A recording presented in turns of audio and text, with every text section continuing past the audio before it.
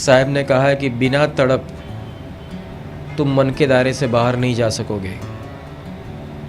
अगर किसी के अंदर तड़प नहीं है तो मन के दायरे को क्रॉस नहीं कर सकेगा।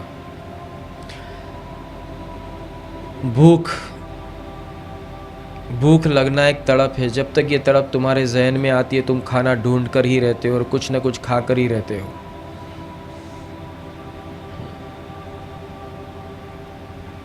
हर एक की अलग अलग तड़प होती है, तड़प मुख्य है।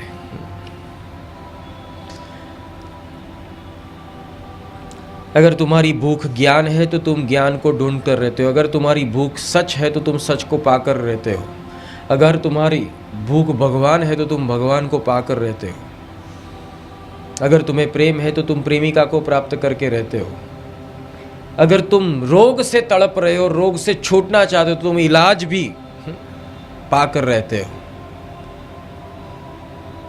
एक बात हमेशा याद रखना कि प्रश्न लिखने से पहले जवाब बनाया जाता है और जवाब के ऊपर से ही प्रश्न बनता है। पहले जवाब का निर्माण होता है, फिर ही प्रश्न पैदा होता है। आप किसी परीक्षा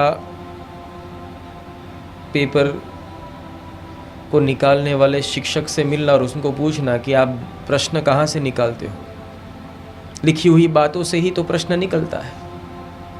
मतलब जो हयात है उसमें से ही तो प्रश्न पैदा होते हैं। मतलब जिसने इस हयाती को पूरी तरह से पाया नहीं है, महसूस नहीं किया है, जिसने हयाती को महसूस नहीं किया है उसके लिए प्रश्न है। मतलब कि जिसने ईश्वर की हयाती को महसूस नहीं किया है इसलिए उसके लिए ईश्वर एक प्रश्न है, जबकि ईश्वर तो हयात है। ये इसका जवाब है। प्रश्न और जवाब के बीच का दायरा क्या है? अनुभूति और सत्य, जो तुम्हारे हाथ में नहीं है, इसीलिए तुमको ये बहुत ही कठिन लगता है। पर सच बात ऐसी है कि मन है वो ईश्वर का दुश्मन है। अगर तुमने ईश्वर को पा लिया तो दुश्मन ठहर नहीं पाएगा। कृष्ण में भी ईश्वर था, दुर्योधन में काल पुरुष था, पर दोनों दिखते तो मनुष्य ही थे ना। निर्णय कैसे होता है? ज्ञान से, व्यवहार से, वाणी से। सोचना यही है।